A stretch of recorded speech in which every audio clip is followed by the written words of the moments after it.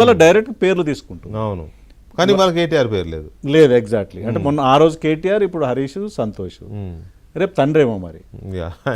ఆమె లక్ష్యం ఏందో మాకు అంటే సరే, ఒకవేళ పాలిటిక్స్ చేయాలనుకుంటే, సొంత పార్టీ పెట్టాలనుకుంటే పెట్టుకోవచ్చు, ప్రజాస్వామ్యం లేదన్న పార్టీ పెట్టవచ్చు, దానికి ఏం అభ్యంతరం లేదు.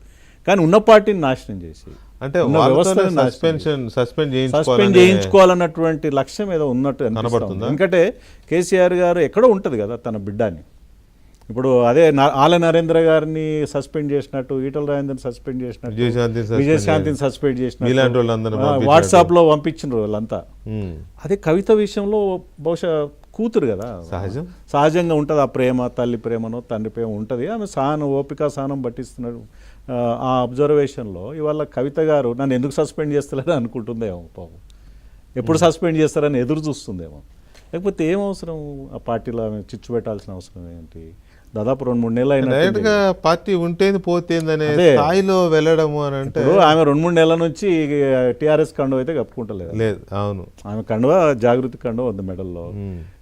గ్రౌండ్ లో కూడా టీఆర్ఎస్ నాయకులు ఎవరు రావట్లేదు తనెంబడి. అవును, అంటే ఒక రకంగా చెప్పాలంటే టీఆర్ఎస్ పార్టీకి దూరం ఉన్నట్టు, డిటాచ్ అయిపోయింది. వాళ్ళు డిజైన్ చేసుకున్నారు, ఆమె కూడా డిజైన్ చేసుకున్నారు. ఎగ్జాక్ట్లీ. ఇప్పుడు వాళ్ళ ఫ్యామిలీ మెంబర్స్కి కేసీఆర్తో ఆమె మీద కోపం ఉండొచ్చు. ఆడపిల్ల పోయి ఢిల్లీలో పోయి లిక్కర్ దందా ఏం చేసింది, ఈమె చేయబట్టి మేము గవర్నమెంట్ పోయిందనే ఫీలింగ్ ఉండొచ్చు బహుశా, ఉంటుంది కదా. ఆ కారణం చేత వాళ్ళు ఫ్యామిలీ నుంచి దూరం పెట్టారా, ఈమె దూరం అయిందా, what ever it may be. But ఇవాళ ఆమె వార్తలు, ఆమె స్టేట్మెంట్ మాత్రం సంచలనాలే డెఫినెట్గా టీఆర్ఎస్ పార్టీ వరకు. బీజేపీకి కాంగ్రెస్ సంబంధం లేకపోవచ్చు, టీఆర్ఎస్ పార్టీకి మాత్రం ఇవాళ ఒక క్వశ్చన్ మార్క్ కదా. పార్టీ ఉంటుందా అసలు, పార్టీ ఎటుపోతుంది, పెద్ద ఆయనకు ఆరోగ్యం బాగాలేదు, పిల్లలు ఎట్లా తయారైనరు, మరి ఈమె కవిత ఇంకో పార్టీ పెడితే కేటీఆర్ ఏం చేస్తాడు, హరీష్ ఏం చేస్తాడు, అందరిని టార్గెట్ చేస్తుంది కదా, ఓ రకంగా గెలుపుకుంటుంది పార్టీలో. మొన్నేమో అన్నను టార్గెట్ చేసి, అవును, అంటే ఆయనే మొత్తం దయ్యాలు అనే ఇంట్లో దయ్యాలు ఉన్నాయి, ఇంట్లో దయ్యాలు అంటే ఆ రోజు అన్న మాటల ప్రకారం అయితే కేటీఆర్, సంతోష్లు దయ్యాలు అన్నట్టు కనపడుతుంది. ఆ రోజు హరీష్ ప్రస్తావన లేదు, సెన్స్ లేదు. ఇవాళ హరీష్ని యాడ్ చేసినారు ఆమె.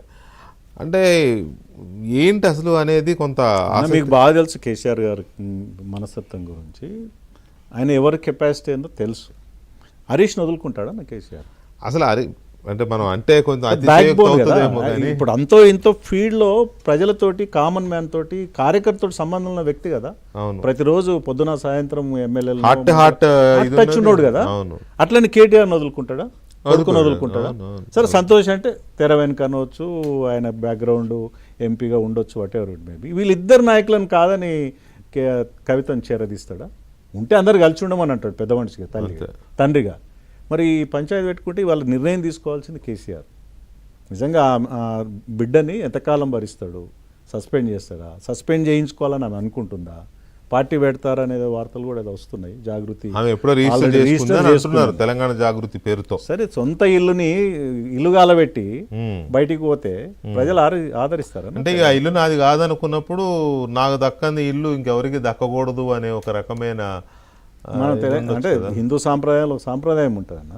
ఇప్పుడు టీఆర్ఎస్ పార్టీకి పేరు మారుండొచ్చు కానీ దాని ఒరిజినల్ గా టీఆర్ఎస్ సత్యత్వం కదా. తెలంగాణ అదొక ఉద్యమ చరిత్ర, ఇది పార్టీకి దూరమైన తెలంగాణ అస్తిత్వం, అది అస్తిత్వం కదా. అస్తిత్వాన్ని కేసీఆర్ గారే జడగొట్టాడు టీఆర్ఎస్ మార్చి. అది పోయింది. ఇప్పుడు వీళ్ళు ఉన్నది కూడా ఉన్న ఇల్లును గాలబెట్టుకొని బయట వీళ్ళు ఎట్లుంటారు? ఎవరు ఆదరిస్తారు? ప్రజలు ఆదరిస్తారా? పిచ్చోళ్ళ ప్రజలు? నువ్వు ఆమె మాట మాట్లాడి చాలా విచిత్రం. అంటే అవినీతి చేస్తే తెలంగాణ ప్రజలు అవినీతి చేసినట్ట, పరువు అని మాట. తెలంగాణ పరువుకు మీరు చేసిన అవినీతి సంబంధం ఏంటి? ఒకవేళ అదే అయితే లిక్కర్ స్కామ్ లోనే పోయి పరువు. అదే పరువు పోయింది కదా.